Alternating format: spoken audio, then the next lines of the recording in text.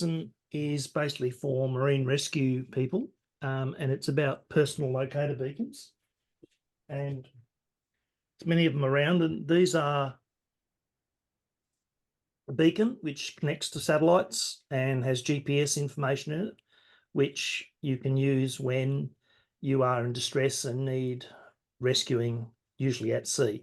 Of course, they also work on land. Anywhere where you're out of communication and you're in trouble, if you set these off, you're letting the emergency services know that you need rescuing. So they're a serious device.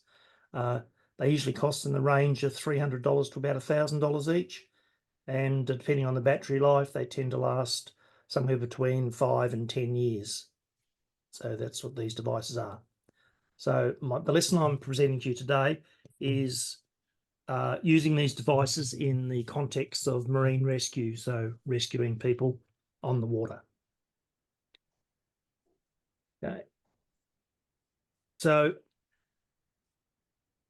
what I'm basically going to make you aware of, if you're not aware of, is what they call AIS technology and the PLB technology. AIS technology is where these devices, most of them now, not all of them, transmit to your shore stations, so helicopters and ships locally can receive a signal from these devices, and also the orbiting satellites that are above you. So these are basically sending out a signal with a code on these devices that identifies who you are, providing you're registered, and so they know that there's somebody in distress and what their location is. Depending on the technology, the accuracy of the location is worst case scenario about 100 metres, best case scenario about 10 metres from where you are.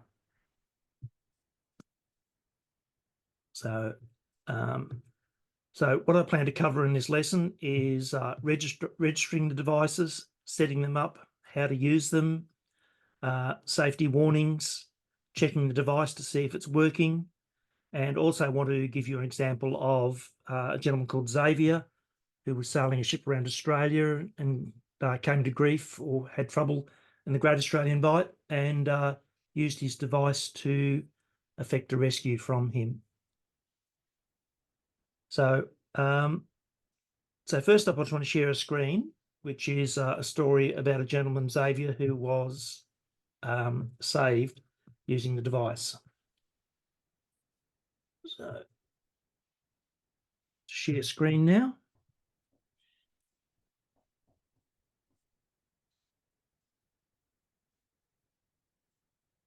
Okay, can you see that screen, everybody? Yep, got it. Okay, so here we've got a guy with a headset on, young guy, and he was sailing around Australia in a 21-foot yacht, right?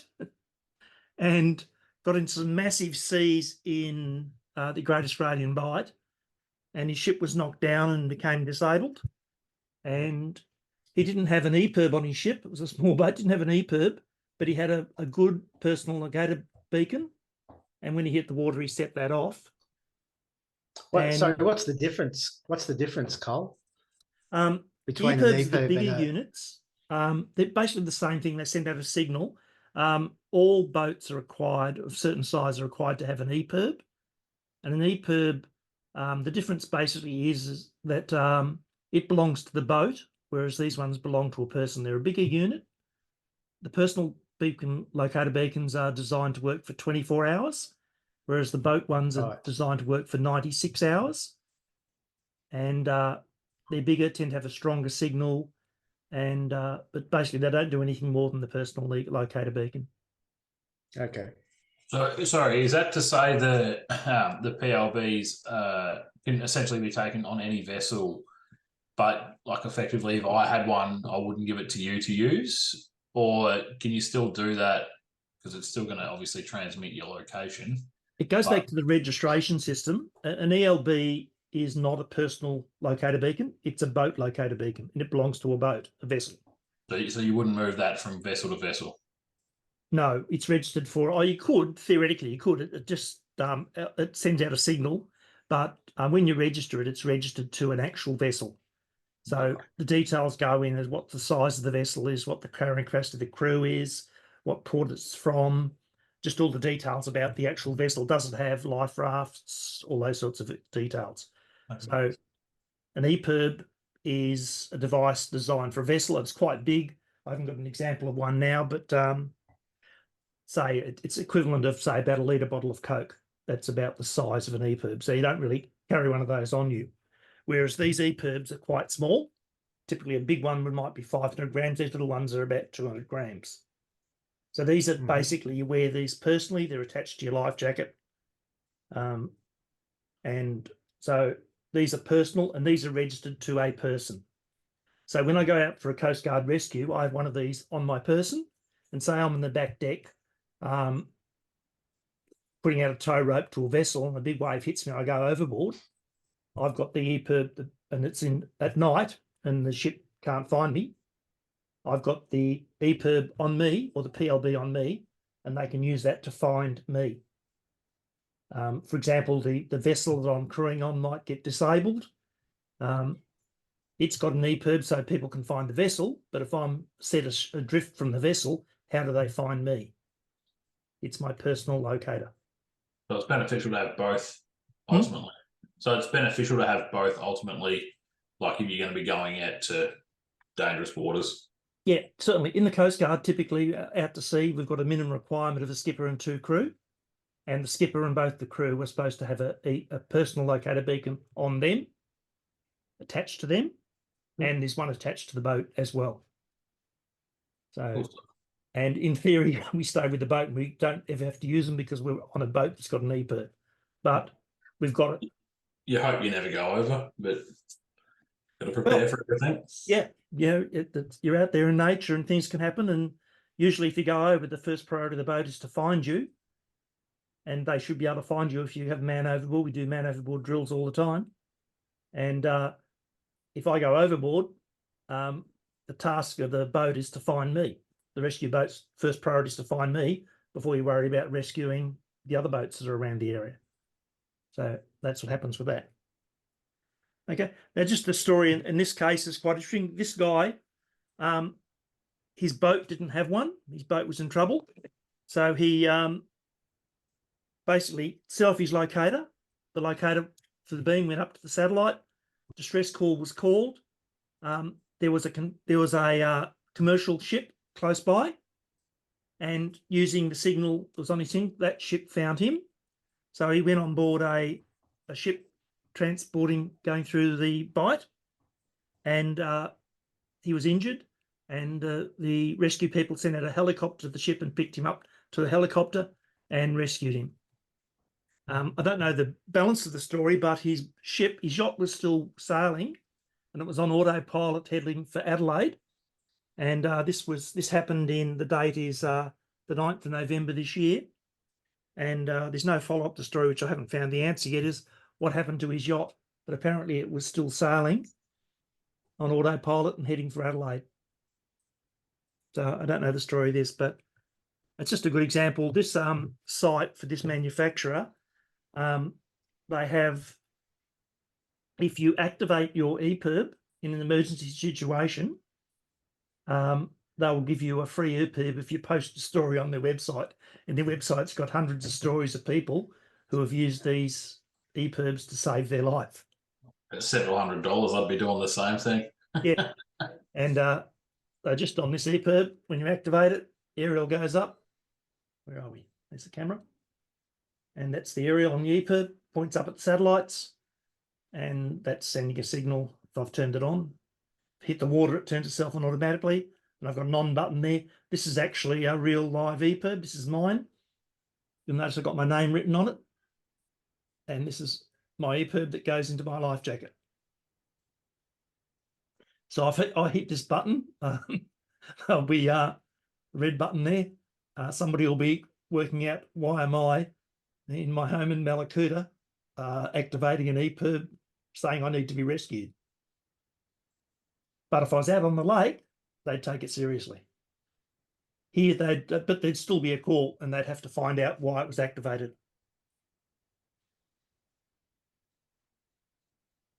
So do you have to manually activate that, or will that automatically activate once it hits water? There's two ways of activating this.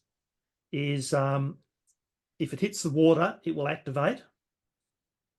It gets submerged in water. Yeah. But it might not be effective because it actually needs me to clip that out and put the aerial up. But if for whatever reason you've come off the boat, you've been knocked unconscious, it'll still transmit a signal. It just won't be as effective. It may not work if it's like this will float with the aerial up. So yeah, I really need to be sure it's going to work. I need to activate it myself and point it up at the sky. Whereas an EPIRB in the boat, it'll float upright and activate automatically. So with an EPIRB, once it's hit the water in the boat, it's going to be activated. So it will happen automatically. This one, not necessarily. Okay, so I'll stop sharing the screen.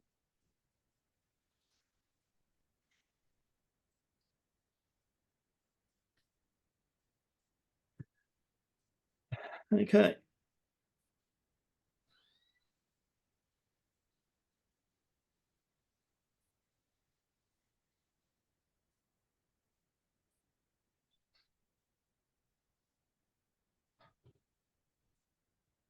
Okay, now I mentioned before that there are basically there are two ways that this communicates with the rest of the world. There is the beacon, which connects with satellites, and there's the on 406 megahertz, which connects with the satellites, and there's many satellite systems up there. There are different brands to connect to different satellites, but the satellites are orbiting over the sky, and they receive a signal and they return it back to a base station. In Australia, we have two base stations. One's in Albany, Western Australia, and the other one's in Brisbane. So they're on two sides of the continent. And they transmit back to our control centre, which is in Canberra at AMSA. And they receive the signal that a EPIRB with a serial number. And if you see there, there's the serial number of my EPIRB. There's a number on that, which is registered to me. And they know that this device is fired off, and from the details that I've logged onto the database, I know it's Colin Dixon. He's based in Locator. This is the unit. He's with the Coast Guard. And at this GPS location, this machine has gone off. So that's happening through the satellite system. They will then work out the logistics of where I am and what the problem is likely to be, and they'll contact the local Coast Guard or the Water Police, or it might be offshore some distance. So we've got the helicopter services. So they might want to dispatch a helicopter to go and find me. So they'll dispatch some rescue services to go and find out what's there. If it's a fake call, they'll ring my mobile number and say, hey, Colin, why's your system gone off, and see if I answer the phone. So all the possible options from me firing off this. So a call will be on the system to come and rescue me. And this device, which is the newer EPIRBs, also sends out an AIS signal, which is on a different frequency. It's about 2100 megahertz. I'm not sure the exact number with that one. I do know it, but it's not here, my notes. And it can be picked up by shipping and airplanes and people that are close to me. So when they're coming out to find me at sea, they have my GPS coordinates, and the standard unit will give me a GPS coordinates to within about 100 metres of where I am. But if I'm out there floating out in the sea somewhere by myself, 100 metres is a lot of ocean to find me in. The AIS signals that signal the boats will give them a much more accurate idea of my location to within, they say, about 10 metres. So that's the accuracy of the signals on that. Now, on the email I sent you, so if you've got an EPS, and none of you got an EPS, but say you've got your own EPS and you want to set them up, you need to set them up at AMSA. Are you guys familiar with AMSA? Yep. You are? You know who they are? I've heard of it. Yeah. They're basically the the news. government authority that regulate websites. If you want to get a skipper's ticket or a coxswain's ticket, AMSA regulate those. They control shipping and marine traffic air and sea transport around Australia. So they're the authorities that make the rules for how everything operates, and they also control the rescue services. So that's who all these EPIRBs get registered with. So I think I sent you a link on the email, and I'll just share that link with you. While you're doing that, Cole, you mentioned before the recording started that you've got one there that's expired. What's the lifespan on them? What's the lifespan for them? Okay, all of these devices are registered with AMSTA, and they change the way they do things occasionally. So, for example, this one here is an old model, but it's still current. So it's this one. This one's actually expired because it's got 2021 on the date of the unit. So it's an old unit that's expired, but it's on the AMSA database as a current unit. So you can buy this, I can upgrade the battery in this, and this is still a current unit that they support. Whereas this fellow here, which is still current until 2026, is actually on the expired list. So for some reason they've this one is no longer a current model. I don't actually know why. But so if you push the button on that one, AMSA wouldn't respond. Is that what you're saying? Well, I tried to register this one because I didn't know it was expired, and it wouldn't let me register it. Okay. So, but I think it would work, and it would send a signal, and AMSA would know that this unit, which is an expired unit, with this serial number, was let off, and they'd still investigate it. That's my assumption. So it's still a working unit, but because it's expired, the AMSA site would not let me register this. So I don't know the answer, but I know that I've checked it out. So I'm assuming because it's on the expired list. So if we go to the AMSA website, which is that link I gave you. Yep. Okay, can you both see the beacons register screen? Yep, got it. Okay. So this is the website you go to register your beacon. So when you go to sign in, if you've already got a beacon registered, you would click on your email address and password to sign in. Otherwise, you'd click on never logged in before, create an account. There you type in your email at that screen, and it would then send you an email and go through the process, and you then have an account with AMSA to log on to the system. To my account now. So I've already logged on and set up my system. So in there, I've got this beacon that's registered. It was registered on the 3rd of the 3rd yesterday. And it tells me the battery expires in June 26. So I'll get notification of when the battery expires on this unit. And that's, of course, when it expires.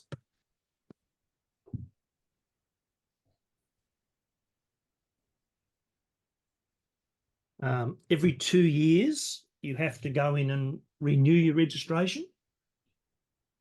So there's an option there to change the beacon ownership. So if you sell your jacket or you leave and you want to pass your unit on, you know, this one's worth nearly $400. So the Coast Guard can allocate this to another person, or if it's a personal one, you could sell it. And things like update account details, if I change address, change phone number, those sorts of things can be done.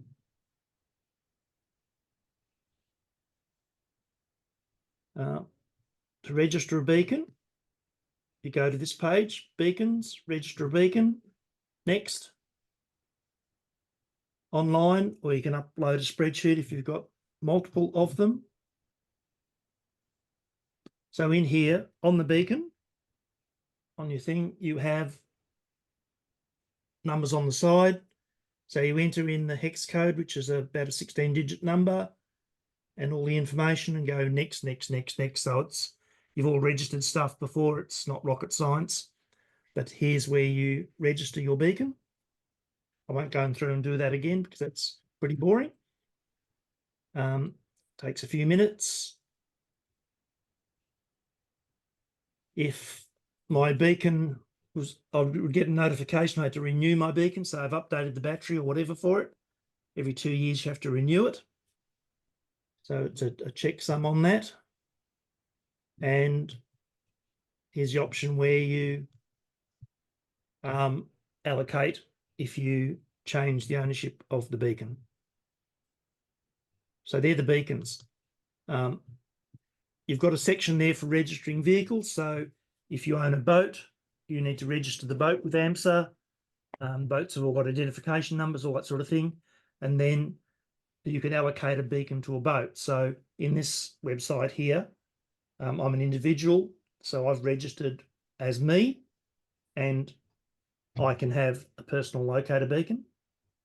And if I was a boat, I'd have the EPLBs, and that'd be registered to a boat, not to me.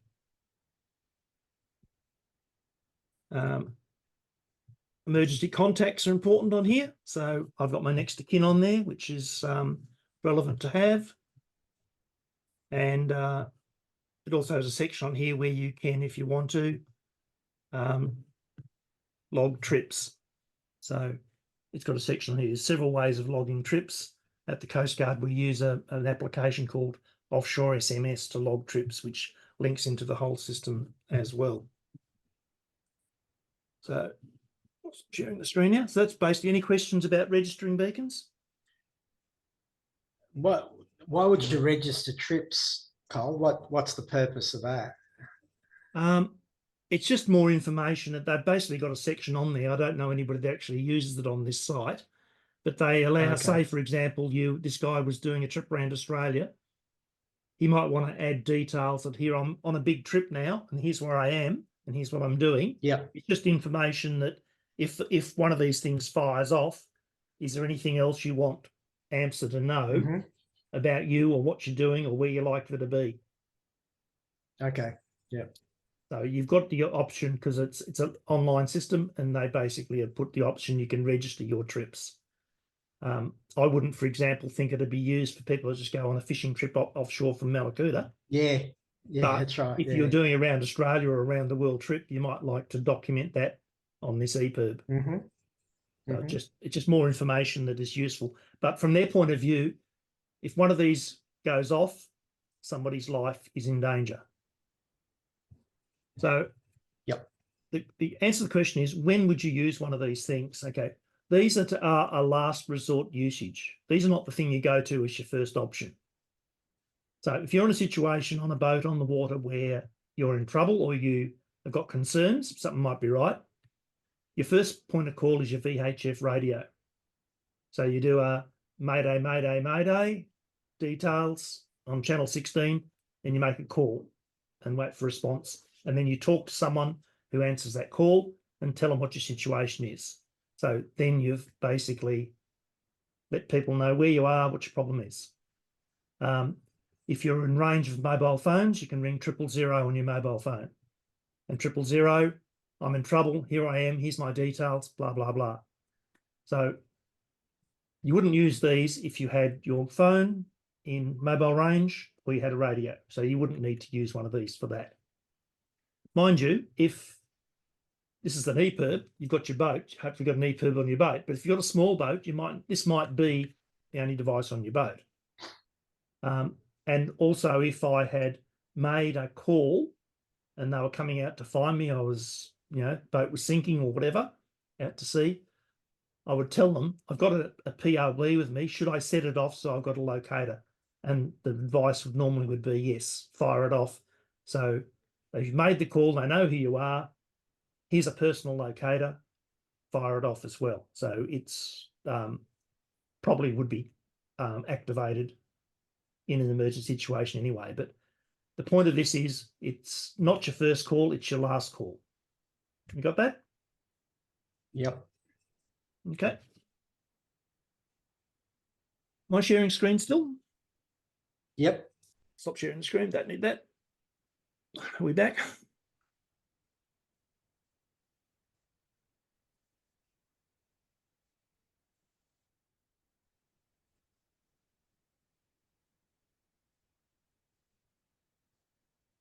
Okay, next thing is maintenance and servicing of these units.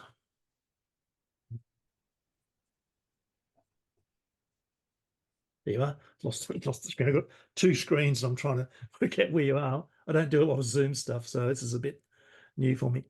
Okay. Basically, there's no user serviceable parts on these. So servicing and maintenance is if the battery's expired, get it back to the manufacturer, let them replace the battery. So it's not a case of cracking the case, screwing it out and putting new batteries in it.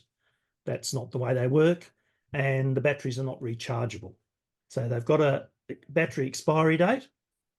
On the unit that's up and going, you've got on this one, you've got a red button and you've got to see the T button. Yep. So the T button's a test button. So if I hold my button down for 2 seconds, did you see that flash? Yep. Saw the green flash. Yep. Saw the green flash? Okay. Yep. So basically that tells me this unit's working. So that's all you need to do to test the button. So you press the T button.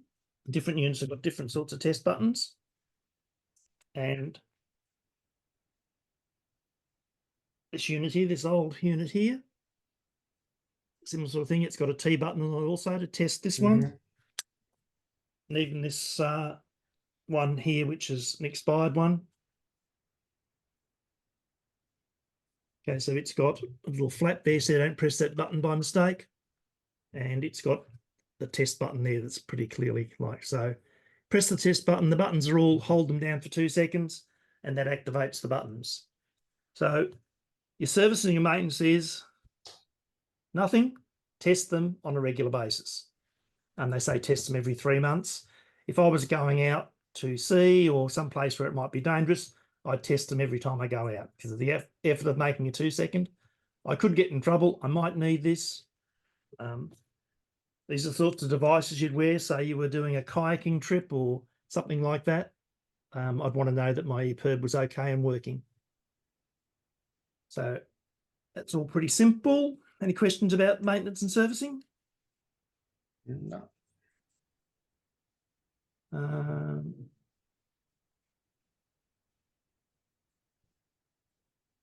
Okay, the next part of the exercise is with your own PLB. Press the test button and have a look at it.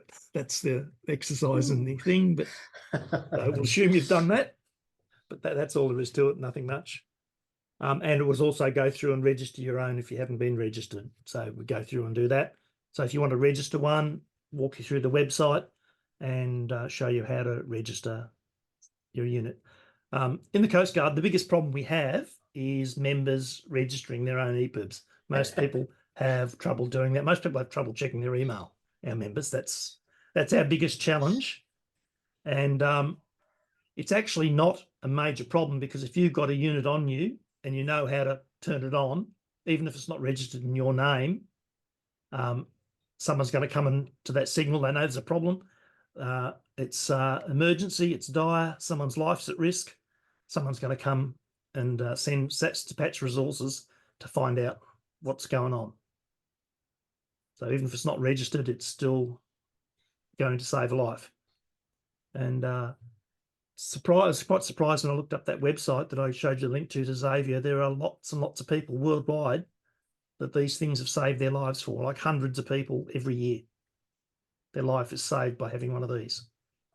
Not all on water, of course. People lost in mountains and things like that. Anyway. So just to conclude, winding up now. So just a question from you. Can you think of any areas in your life where having one of these things might be a useful device to have? Things that you do? I mean, I do a lot of camping and like hunting and things. So something similar. Obviously, they're marine, so it's not overly beneficial. But I'm sure if I pushed it in the middle of the bush, if I was lost, it would still tell them where I am. Yeah. It's not just about being lost. This unit here is actually not a marine unit. It's not waterproof. Oh, there you go. So there you go. It's a bit cheaper. So these are nearly $200, but I think cheaper price. So anywhere where you're remote and your mobile phone's not working and you might get into trouble, like fall, hurt yourself, have a heart attack, whatever. So if you're anywhere where you're not in contact with people, they could be useful thing to have. It's not just marine. The marine difference of marine one, I didn't say that was marine one's basically a waterproof. They're exactly the same personal locator beacon. They're a personal locator beacon to locate you and to tell the emergency services there's a person at that location in danger, life-threatening danger. Okay. Okay. Mark, do you have any ideas where you might ever need one of these, or can you think of a situation? I know. I was just going to raise the point. It's not just about being lost; it's about being incapacitated. How easy would it be to trip over and break a leg, or do your back in so that you can't, get back to, even if you know where you are, you can't get back to the car or whatever. Yeah. So, no, probably not. I ride the rail trail. I don't do much hiking or walking these days. I used to do a lot in the younger days, probably riding on the bike trails and that sort of thing. But most of the time you're in phone range anyway. But yeah, I suppose if you were on a bike out in the back block somewhere, could come a cropper. Yeah. Actually, a couple of weeks ago, if you're in Locator, all the phone networks were out. We had nothing. We had no electricity, no telephones. So we couldn't ring 000. Wasn't an option here in Locator. So if someone was in trouble for that few days when we had no mobile phone coverage, we were in trouble. So these things would have worked then. Yep. So we had these. Yep. Yeah. So you might think you never get out of mobile phone coverage, but you're assuming that the network's up. And with 000, of course, it works. Doesn't matter if you've got a Optus phone and you're and the Optus network's down, the 000 will work on the Telstra network. At least they've got that together. You only need one of the networks to be working for a 000 call to work. But we were in a situation in Mallacoota last week with the power blackouts that there was no telephone network was working and we had no electricity. So it was not good. Mm. Mm.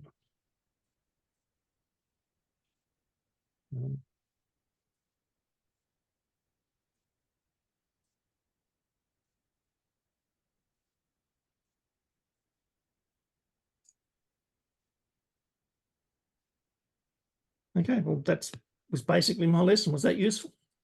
Any questions or feedback? Did you learn anything?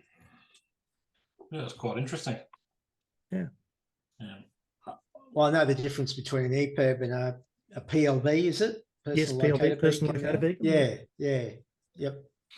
Yeah, I've got my boat license and like they very briefly touched on it, but it was more of a use this if you're stuck. But this has given me a hell of a lot more knowledge. Which is good. You on inland waters or do you go offshore? I generally just go out in Port Phillip or Western Port Bay. Yeah. Just nothing too special, or lakes and things like that on the jet ski. Yeah, and you'd be in phone signal wherever you go anyway, most likely. For the most part, yeah. But you don't take your phone with you on the water, though, do you? Not in the water, no. No? Definitely not on a jet ski and things like that. On a boat, it's a bit different, obviously. As you know, there's quite a bit of deck space. You can put it in little hidey holes and whatnot. But yeah, no, jet skis, there's definitely they're not phone friendly. No, they're not. Got a story on these things here. We had a rescue 2 years ago off Gabo Island out of Mallacoota, and we had a guy out in a tinny at night, or coming up to the end of the day, and he was out there fishing by himself. He's a young, fit, healthy guy, and he caught a fish, and it took the rod out of his hand. He had his brand new rod, so he dived over from the boat with his rod, and he thought he was clever. He took his sea anchor with him so he could grab his rod. Anyway, so he's in the boat, in the water. He's got his rod, and the sea anchor was not attached to the boat. So the boat drifted off, and he's about 4 kilometres offshore. Coming up to night time, no life jacket. He's got his iPhone in his pocket in the water. pulls his iPhone out. It's still working. It's wet. He can't use his iPhone with wet fingers. He thinks, "Hey Siri, call last number," and it works. And he calls back to the FaceTime. shut up, Siri, and rings back to the caravan park where he was staying and says, "Look, I just fell over out of my boat, and the boat's drifted off. I'm out of here." And he's told about 4 kilometres offshore, no life jacket, and I'm floating in the water. Help! And then his phone dies. Well, that was pretty cool thinking, I reckon. I don't know whether I'd be that calm. I suppose you get pretty resourceful when you have to. Anyway, they took about 4 hours to find him, and he was there treading water. When they picked him up, he blacked out, so he was about ready to black out. And they had the AB boats and the Marine Coast Guard were out there. There was about 6 boats out traversing the area trying to find him. It was totally dark when they found him, and one of the boats just nearly ran over him. Couldn't see him, just pure luck. Grabbed him out of the water. His core temperature was down to about 31 degrees, which is like blackout. Yeah. Temperature. Severe hypothermia. Yeah, wrapped him up in his space blanket, took him back, and they helicoptered him back into rescue. Anyway, he lived. He was back in town about Lucky 3 weeks boy. later to pick up his boat and stuff. They brought his boat back and all of that. But that was so close. Yeah. Anyway, no life jacket, anchor not attached to the boat, jumping over by himself. Just the number of things he did wrong and what it took to line up for him to survive was just amazing. An amazing story. Yeah. Anyway, so I'll end my recording on that. If you've got no more questions. No. Just telling your feedback form.